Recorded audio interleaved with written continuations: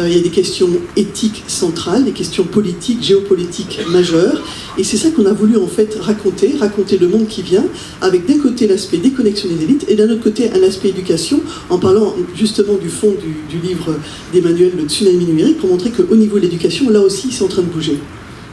Bonjour Laure Bello. Bonjour Claude Tran. Vous êtes journaliste au Monde, spécialiste des signaux faibles et des phénomènes émergents. Vous êtes responsable éditorial de O21. Mais c'est quoi O21 ? Alors O21, c'est s'orienter au 21e siècle. C'est un événement, c'est un dispositif plurimédia, donc ce sont des événements, des articles et des articles sur le monde.fr et le Monde Campus qui permettent aux jeunes d'essayer de comprendre le monde qui vient pour trouver leur voie d'orientation. Mais quelle est la genèse alors de cette opération ?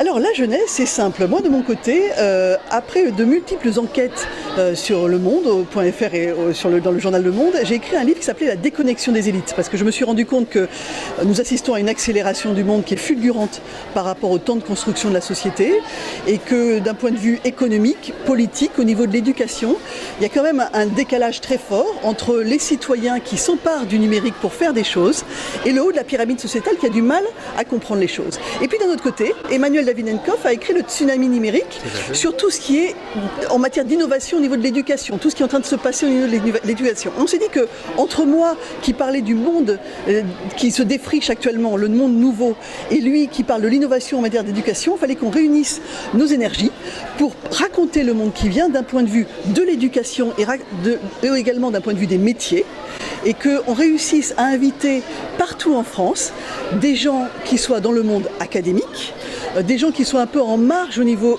du monde académique, des gens qui font des choses un peu avec un pas de côté, de la même façon au niveau du monde de l'entreprise, des gens qui sont dans des grands groupes, des gens qui sont dans des start-up, des gens qui sont freelance, des gens qui sont dans des tiers-lieux, des penseurs, et les réunir ensemble pour raconter le monde qui vient en organisant des conférences. Et ces conférences sont ponctuées par des interviews qu'on a été chercher dans le monde entier, des interviews de défricheurs.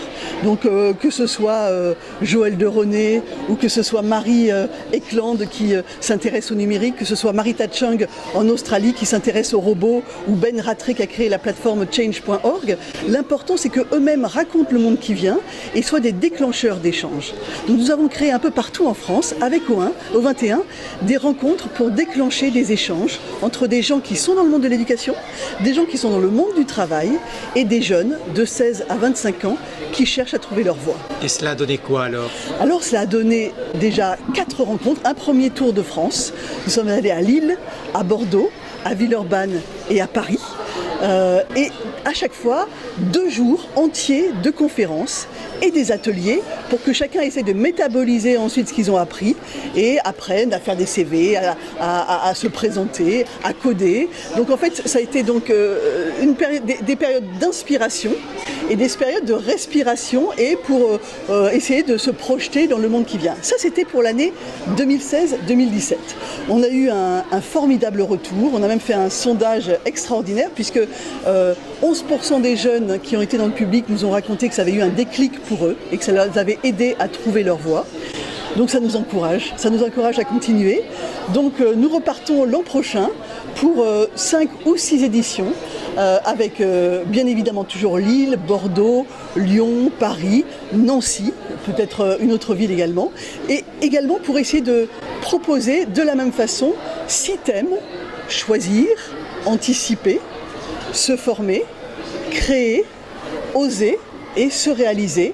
Ce sont les 6 thèmes des conférences et entre chaque conférence, des ateliers pour essayer de comprendre comment on peut se positionner dans ce monde-là et quelles sont les choses très pratiques à faire pour comprendre ce qui se passe et pour essayer de se trouver personnellement. Parce que quand on raconte que 65% des métiers des jeunes qui rentrent en primaire n'existent pas encore, on peut se poser légitimement la question, mais à qui se fier pour trouver une voie ?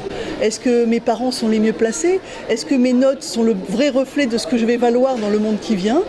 Mes professeurs me donnent des conseils, mais qu'est-ce qui va se passer dans ce monde? C'est ce genre d'informations qu'on a essayé d'esquisser avec ces différentes tables rondes avec O21. En utilisant des verbes.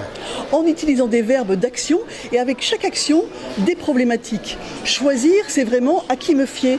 Mes notes, mes potes, mes rêves pour trouver ma voie. Anticiper, c'est réellement quels sont les métiers de demain, quels sont les nouveaux métiers, comment se former. Se former actuellement, on nous raconte qu'il va falloir apprendre à apprendre tout au long de sa vie. Comment on fait? Qui apprend actuellement et qu'est-ce qui se passe dans le monde d'innovant? Créer, c'est simple. On nous raconte que les algorithmes vont nous remplacer pour partie et qu'il faut s'en sortir par la créativité.